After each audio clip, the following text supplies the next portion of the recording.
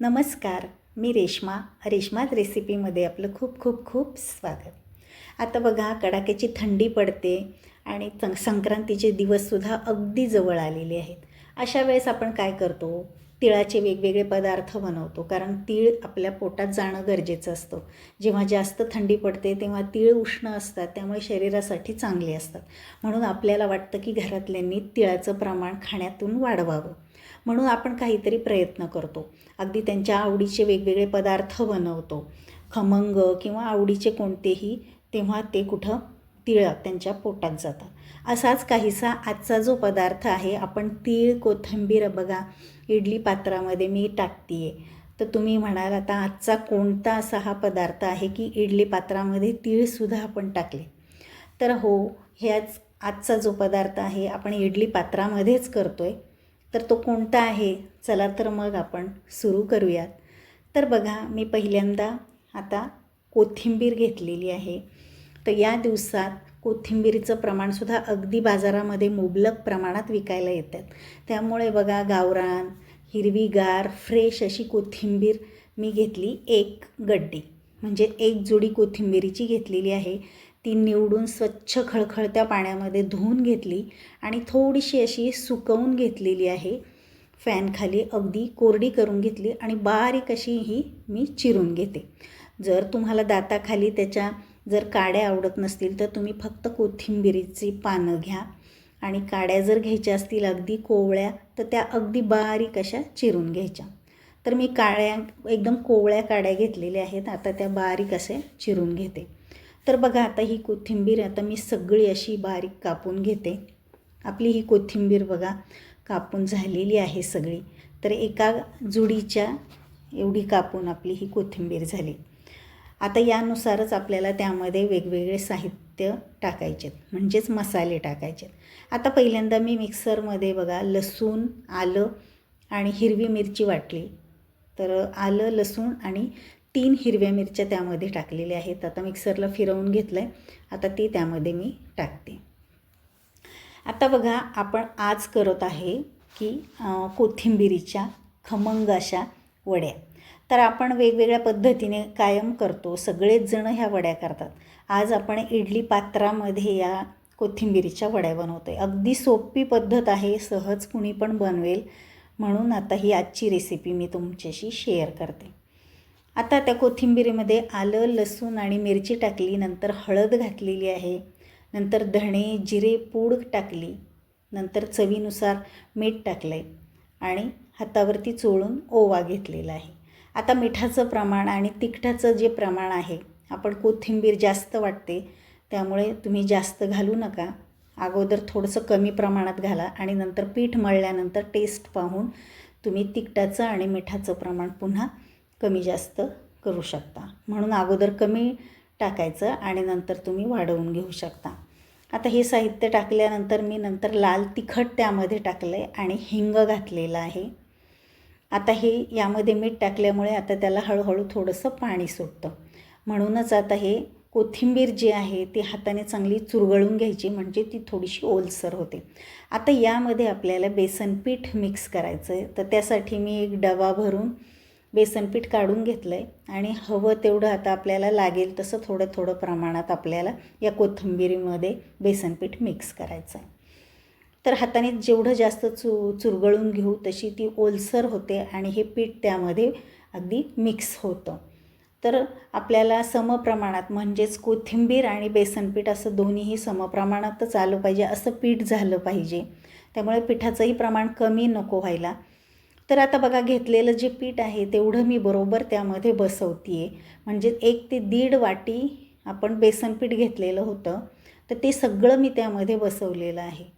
तर एक गड्डी जोडीसाठी 1 गड्डी आपण कोथिंबीरची घेतलेली आहे, तेवढ्यासाठी आपण 1 डबा बेसनपीठ आपण त्यामध्ये अगदी बसवलं आहे. तर हे पीठ अगदी घट्ट झालं आहे, पातळ जास्त ठेवायचं नाही, कारण तळल्यानंतर ही जी वडी आहे ते तेल जास्त पिते आणि तेलकट होतात ह्या वड्या. म्हणून पीठ जेवढं घट्ट होईल तेवढं पीठ आपण हे मळून घ्यायचं. तर त्याला तेल लावून मी गोळा तसा ठेवला आहे आणि आता इडली पात्रामध्ये आपल्याला उकडवून घ्यायच्यात म्हटल्यानंतर साच्याला आपण तेल लावून घेतलं आहे. आता आपण हे आपण मोठं लिंबू कसं असतं तेवढा गोळा घ्यायचा आहे आणि हाताला तेल लावून हातावरती हे थापून घ्यायच्यात. तर पुरीच्या आकारावरती थोडं जास्त जाडही नाही आणि जास्त पातळही नाही अशा थापून घ्यायच्या आणि तिळामध्ये घोळवून घ्यायच्या. जेवढे तीळ त्याला छान लागतील असे हे आपण आता त्यामध्ये घोळवून घ्यायचं आहे. आता तुम्ही जर हे ज्या वड्या आहेत तर डीप फ्राय जर करणार असाल तर पीठ मळतानाच तुम्ही त्यामध्ये तीळ घाला. आणि शॅलो फ्राय किंवा कमी जर तळणार असाल, जास्त कुरकुरीत करणार नसाल तरच वरून हे तीळ लावा. तर आता बघा मी वरून तीळ लावलेले आहेत. तर तुम्हाला तीळ जर जास्त आवडत नसतील तर तुम्ही अगदी थोडेसे भुरभुरून टाकले तरीसुद्धा चालतील. तर हाताने व्यवस्थित असे हे गोल करून घ्यायचे. थोडीशी जाड पुरी असते तशाच पद्धतीने थोडीशी आपण हातावरती थापून घ्यायचे. आता वरून मी तीळ लावलेले आहेत. अशाच पद्धतीने आता सगळ्या साच्यांवरती या पुऱ्या मी करून घेतलेल्या आहेत. 2 जास्त झाल्यात, मी नंतर त्याला तेल लावून त्या साच्यावरती कडेला ठेवलेले आहेत. आता इडली पात्रात पाणी उकळवायला ठेवलं आहे. पाणी उकळल्यानंतर हे त्यातले साचे जे आहेत ते त्यामध्ये ठेवून द्यायचे आणि झाकण लावून आपण 7 ते 8 मिनिट मीडियम गॅसवरती या वड्या ज्या आहेत त्या उकडवून घेणार आहोत. तर आता 7 ते 8 मिनिट झालेली आहेत. आपण झाकण काढून पाहूयात. तर बघा मस्त अशा ह्या उकडल्या गेलेल्या आहेत. आता ह्या आपण थंड करून घ्यायच्यात. आता पूर्ण ह्या थंड झाल्यानंतर आपण काढून बघूयात.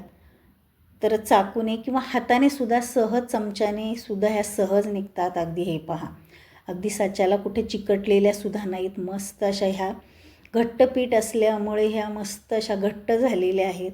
पातळ जर पीठ असेल तर ह्या तेलसुद्धा जास्त ओढल्या जातात आणि साच्यालाही चिकटण्याची शक्यता असते.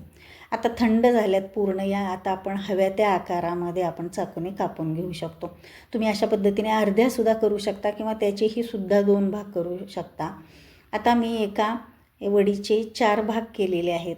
आता अशाच पद्धतीने छोटे छोटे जर भाग केले तर मस्त अशी छान तळले जातात आणि खायलाही आपल्याला छान देता येतात. तर आता बघा अशा पद्धतीने सगळ्या वड्या मी कापून घेते. तर सगळ्या वड्या बघा कापून तयार झालेल्या आहेत. हे पहा, अगदी मस्त अशा त्रिकोणी आकारात मी कापून घेतल्यात. कुठेही त्याचा जास्त भुगा झालेला नाही. सहज अशा ह्या कापल्या गेल्यात आणि आता आपण ह्या तळून घ्यायच्या. जर तुम्ही मोठ्या आकारात कापल्या असतील तर तेल कढईमध्ये थोडंसं जास्त टाका आणि बारीक छोट्या कापलेल्या असतील तर कमी तेलामध्ये सुद्धा ह्या चांगल्या तळल्या जातात. तर थोड्या थोड्या करून आपण ह्या वड्या तळून घेऊयात. तर मीडियम गॅसवरती मी ह्या वड्या तळून घेते. आता जास्तही मी कुरकुरीत करणार नाही. अगदी वरून कुरकुरीत आतून सॉफ्ट होतील अशाच पद्धतीने मी तळून घेणार आहे. म्हणजेच वर लावलेले जे तीळ आहेत ते खरपूस होईपर्यंत आपण तळून घ्यायचे. हे पहा, हलकासा रंग बदलला आहे आणि आता मी हे काढून घेते. तुम्ही कमी तेलामध्ये सुद्धा शॅलो फ्राय करू शकता किंवा डीप फ्रायसुद्धा तुम्ही करू शकता. तुम्हाला जसं आवडत असेल तशा तुम्ही त्या तळून घ्या. तर आता बघा मी काढून घेते. अशाच पद्धतीने पुढच्या सगळ्या वड्या मी तळून घेते. तर बघा तीळसुद्धा मस्त असे खमंग झालेले आहेत. आता बघा आपले हे सगळ्या ज्या वड्या आहेत तळून तयार झाल्यात. तर मी यातल्या निम्म्या वड्या तळलेल्या आहेत आणि निम्म्या तशाच ठेवल्यात. जर कच्च्या आपण पॅकबंद डब्यामध्ये फ्रीजमध्ये जर ठेवल्या तर 2 दिवससुद्धा 2-3 दिवस आपण ह्या वड्या तशाच ठेवून आपल्याला हवं तेव्हा आपण तळून घेऊ शकतो. तर बघा आता एका प्लेटमध्ये मी काढून घेते आणि आता ह्या वड्या ज्या आहेत त्या थंड झाल्यात तुम्हाला मी दाखवते. तर एक वडी मी मोडून दाखवते तुम्हाला. हे पहा, वरून कुरकुरीत आणि आतून सॉफ्ट अशी ही वडी आपली तळून झालेली आहे. तर खायलासुद्धा अगदी मस्त चमचमीत खमंग अशी ही वडी.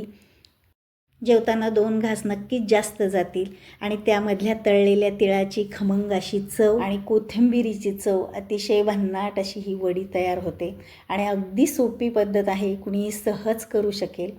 तर ही वडी तुम्हाला कशी वाटली आणि हा व्हिडिओ कसा वाटला आम्हाला कमेंट करून पण सांगा. आणि आवडला असेल व्हिडिओ तर आपल्या चॅनलला लाईक करा, शेअर करा आणि सबस्क्राईब करा. मग या सीझनला नक्की अशा पद्धतीने तुम्ही वडी करून पहा.